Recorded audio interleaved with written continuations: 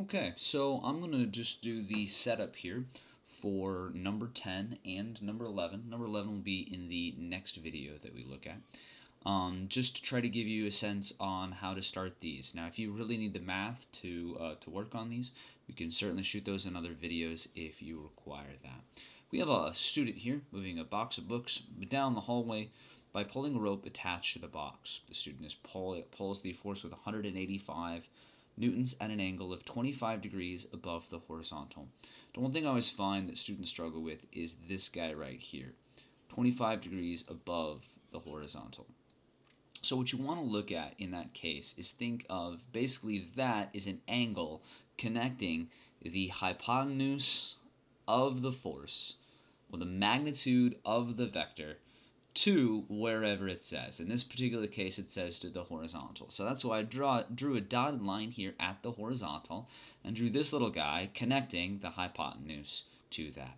That'll come into a little bit more play here in number 11. But we also see that the box has a mass of 35 kilograms and that the mu is 0.27, so we'll write that down and then get started. But honestly, that applies a little bit more to the math section if you were to need that. My apologies for the horrible handwriting. My handwriting isn't great to begin with, and this thing is kind of difficult to get used to.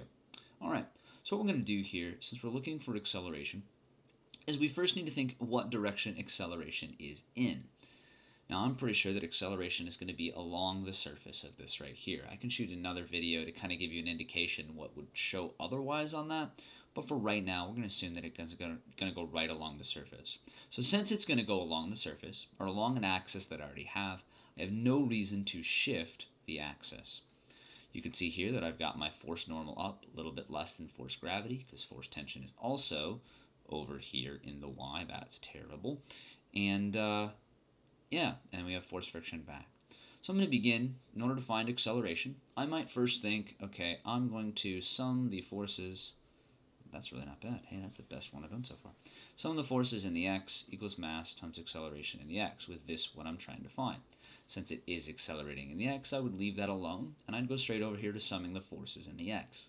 Now when that's said, what I mean is I'm going to look at each individual force and see if it's acting in the x. So the force tension is, it's going in the positive direction, and you can see that it's not all in the x, so I'm going to write down F, T, X. Then I'm going to come over here and say, okay, none of force normal is.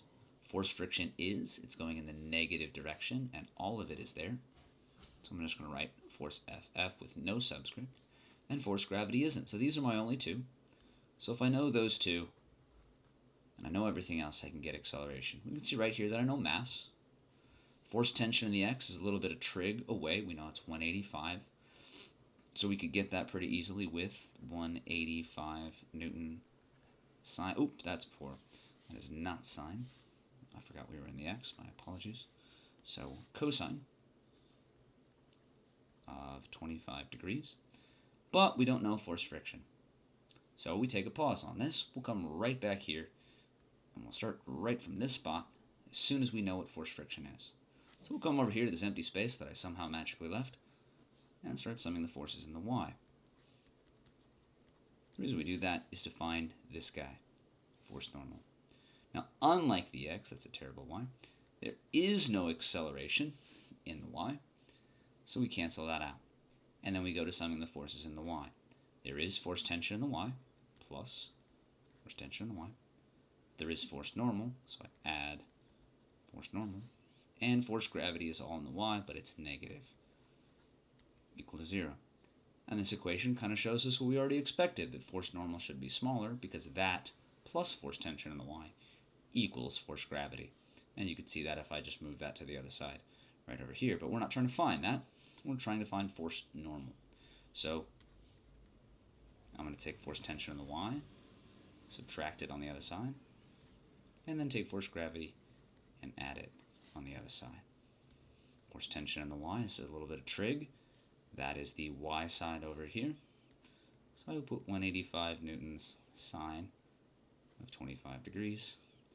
And force of gravity is simply mg, which is going to be at 35. I'm just going to write mg for right now, because we can do that math later. but that would give us force normal. After having force normal, I would then get force friction. My mu is going to be that 0.27. My force normal is going to be this guy right here. This whole thing right there will go there. Then I'd have force friction. And we come right back here to start where I said we were going to go from a second ago, because now that we have force friction, that number would go right here. Divide the whole thing by mass, and you have acceleration. I'm not going to worry about finishing this right now, because I think that you have the math skills to do that, but like I said, if you need to, you can do that in another video.